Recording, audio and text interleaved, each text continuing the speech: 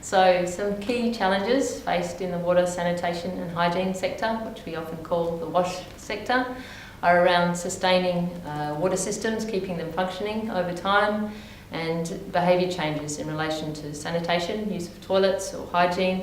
The challenge is in also sustaining over time those behaviour changes. And so we know in terms of water systems, some 20 to 50% of systems are no longer functioning after quite a short period of time, a few years. In terms of sanitation and use of toilets, some recent studies show that at least 21% or even much higher are no longer using toilets a short period after projects finish. And in terms of hygiene and hand washing behaviour, it's even more difficult, and as many as 63% of people that no longer have a place for hand washing, whereas they might have right at the end of a project. So in a nutshell, the message of my keynote has been around the need to both build on and strengthen the way that civil society organisations work with communities. That's the core of the kind of work that they do and that they do well. But from a sustainability perspective and sustaining changes over time, that NGOs can no longer just work in isolation.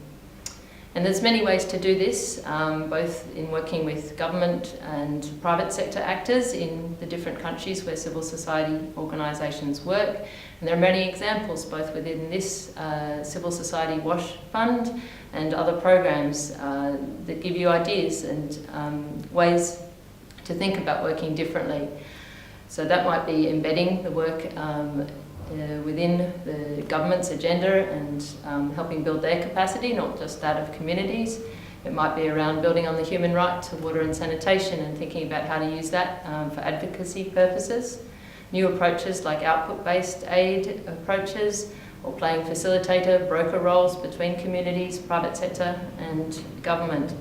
So there are many creative ways of working that the NGOs in this fund are encouraged to take up, and as I say, many are already working on. And so in this current environment, it's now 2014, we're moving towards the end of the Millennium Development Goals and a shift to the Sustainable Development Goals. So those goals we hope will include a specific goal around WASH, around water and sanitation and hygiene, but they will, the current draft of those also includes areas that are really important, such as wastewater treatment, water availability, and indeed water security, water availability are key considerations in the face of climate change and that pose real sustainability risks for projects in this sector. And the need to develop more expertise around vulnerability, risk assessment, thinking about links between disaster risk reduction work and climate change adaptation work with that's done in the WASH sector. And even thinking about how we reuse water, how we reuse nutrients that are within wastewater. So these are critical areas that haven't been given enough attention in the sector to date, but that will very much affect communities' ability to sustain water and sanitation and hygiene outcomes in the future.